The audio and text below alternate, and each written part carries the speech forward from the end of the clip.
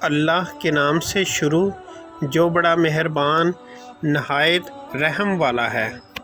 السلام علیکم ورحمۃ اللہ۔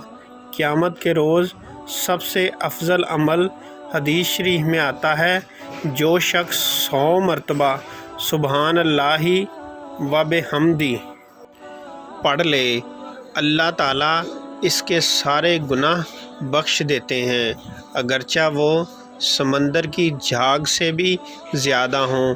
اور جو شخص روزانہ 100 مرتبہ یہ پڑھے گا، قیامت کے دن کوئی اس سے افضل عمل والا نہیں ہوگا، وہ جس نے اس مقدار میں یا اس سے زائد یہ دعا پڑھی، سبحان اللہ و بحمدہ۔ تو آپ بھی زیادہ سے زیادہ یہ دعا پڑھیں۔ السلام علیکم ورحمۃ اللہ۔